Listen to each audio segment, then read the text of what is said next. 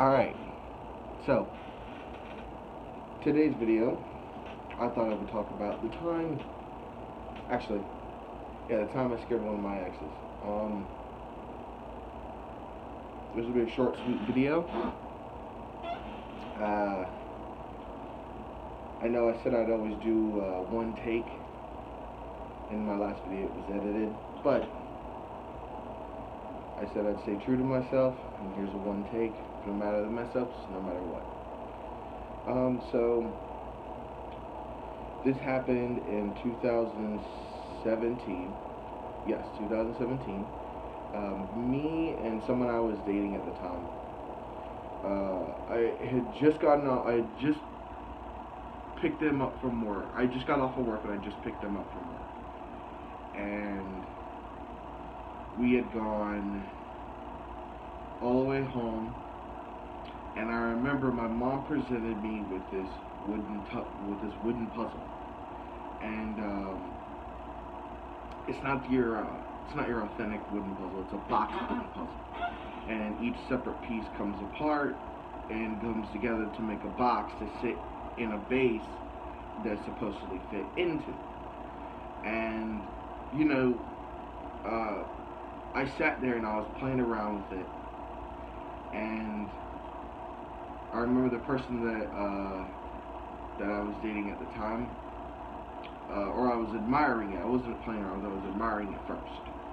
So then I can like take it apart and then put it back together, just kind of pick it up, drop it, let it fall as it is, then put it back together. But I decided I was going to admire it for a few days because it would make me feel a lot better to admire it for a little bit before I took it apart and put it together. That's how I feel about wooden puzzles and metal puzzles. I just feel that way. I'm very good at solving them.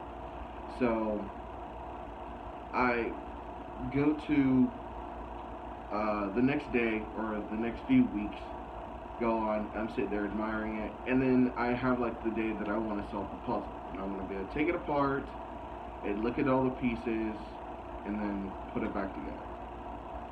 And I know that sounds kind of messed up, but I was going to have the person I was dating take it apart, shuffle them all around, me look at all the pieces, and, you know, kind of put it back together. What I didn't expect was that my nephews were going to knock it down, and it fell apart.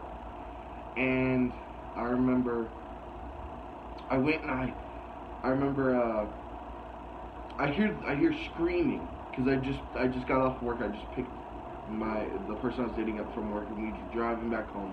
I remember getting out of my truck, and I remember hearing them screaming. I'm like, what are the kids screaming about? That sounds dumb. Like, what are they yelling about? So I thought about it. I'm like, oh wait, I had the puzzle back there. So I run all the way around the house. I go, not all the way around. I run through the house to the back porch where I slept at the time. Some of the videos in here are not from there. I don't have videos of me when I slept on the back porch, I don't think.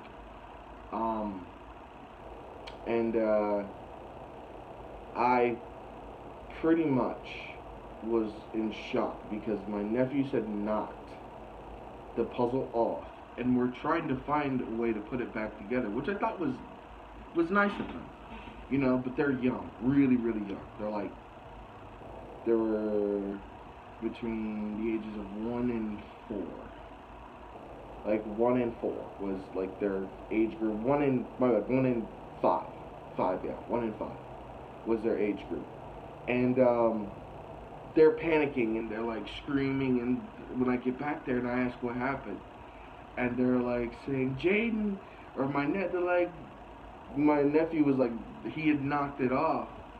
And I was like, okay guys, alright, okay, alright. So actually I thought of another story that I'm going to tell as well in this, as a follow-up story, to just kind of give you a little bit of myself. So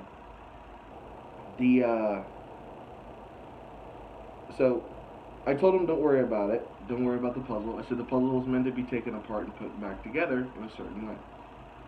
And I sat there and I tried. And I mean, I looked at the puzzle and I admired it and wanted to go put it back together. But I was so tired. I was tired, but I was determined to put this puzzle back together. And the person, my ex at the time was like, no, just go to bed, wake up in the morning, let's do our thing, and then later, since you're off, you can take care of it, or you can put it back together. And I said, okay, fine.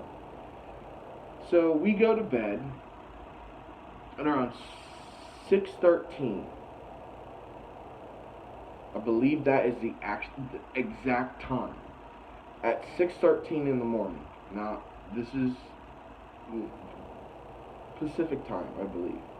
I live on the West Coast, or no, I don't. I live on the East Coast. I live in Florida. I lived in Florida. So basically, what happened is at 6:13, I wake up out of a dead sleep. And I start putting these pieces together. In my mind, not really thinking about it, but putting these pieces together. And it came into the perfect box as it was supposed to be solved out of a dead sleep. Now, my ex at the time freaked out and then realized after I had solved it, I went back to sleep. And my ex started shaking me. What the hell was that? What the hell was that? I'm like, what? I look up, I'm like, what do you mean? You scared the crap out of me. I thought someone was breaking in. I'm like, no, I just had to solve the puzzle. I went back to sleep. Like, that's how determined I am. Like, in my mind I said, even though I'm tired, I'm gonna figure this puzzle out. So that's the time that I scared that's the time I scared one of my exes. Now, story 2. The time my nephew, he didn't get hurt. It was more or less. It was funny. Okay, I'll just say it was funny. It was funny. It was fun. It was fun. So my nephew, me and him were outside. We were playing this game. It was like ball chair or something like that. The idea of the game, if you want to play with your kids, it's a fun game. It actually is fun.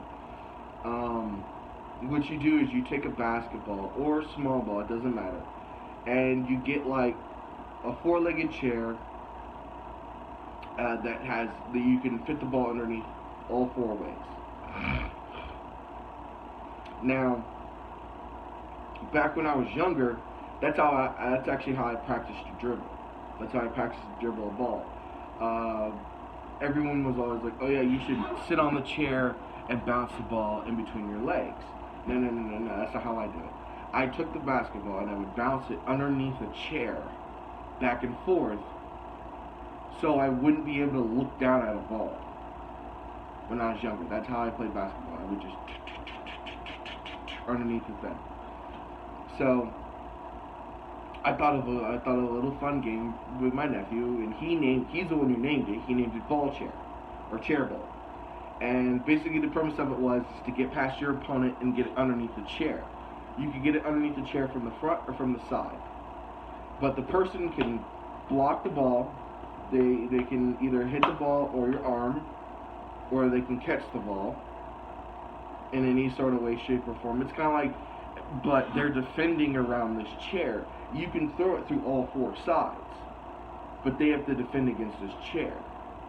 And I mean, it would be great with like 4 players or 3 players, because that only gives them a chance to really put it in the pocket or underneath the chair a few times. So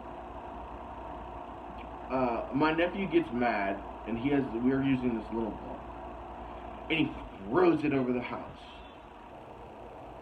And I was getting something out of my truck, like I guess it was like my water bottle that I had from work, and I was really really upset, but not really, because he just got mad because I went to go get the water bottle out of my truck, and I told him to hold on for a second, so he chucked this ball over the house, and he was 6 at the time, I believe. He was 6 at the time. Or no, he was 5. Yeah, he was 5. It was close around the same time. I was like, Brian, I was like, buddy, what are you doing? And he goes, no, I was mad. I said, okay, well now you gotta go get the ball. And he's like, all right, I will. And so I was like poking him and stuff like that. And I was like poking at him, like joking with him, so he'd cheer up. And I started chasing him around and stuff, and he literally hit a spot of grass. Feet went backwards. He went in midair, and with everything that was comedy, he sat there for a few seconds, and then dropped onto his stomach. And I said, are you okay, buddy? And he looks at me and goes, you pushed me. I was like,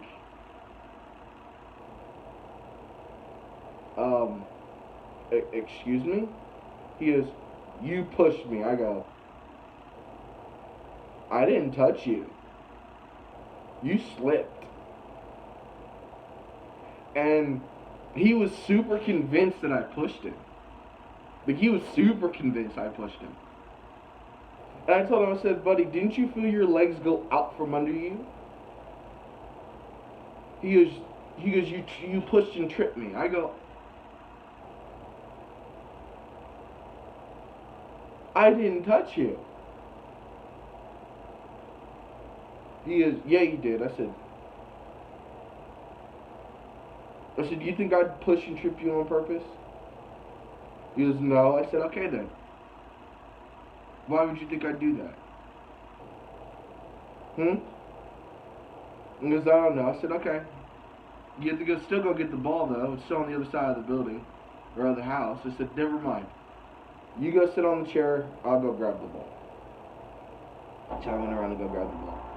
And that was probably the funniest thing ever that I've ever seen my nephew do.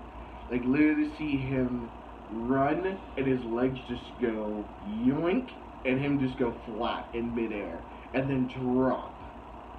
Like, if I had a stopwatch, it would have been the longest time he would have been in the air for, and I would have just clicked it and I'm like, there we go. But no, but yeah, those are 2 stories of me scaring my ex, and to another one of my nephew slipping and falling in a comedic way. So I hope you guys enjoyed those stories. If you want more, please press that like button. Hit subscribe, hit the notification bell. You know, you might actually get a notification from me. I know I've lied before, and I've said that I was going to post every day, which is a troll on my part, and I'm sorry for being a troll. Yeah, I'm just going to tell stories, mostly, on my YouTube channel. It'll work out. Also, like I said before, I'm on Twitch, too. Well, that was so weird. I'm on Twitch. I'm part of a gaming clan called Spud. I'm Black Rodzilla. If you've ever seen Sadlysober, check him out. I will put his link in the description. Sadlysober, or I'll try to put it somewhere. I'll put his link for his YouTube channel in the description, Sadlysober Gaming, and you can go over there and watch his montages. We should be working on something a little bit. We should be working on something together. And then I'm gonna try and post it. Hopefully I can post it. I think it'll be really interesting. So, we're gonna do our best. Thanks for watching. I'm your host, Black Rodzilla, and what more do you want?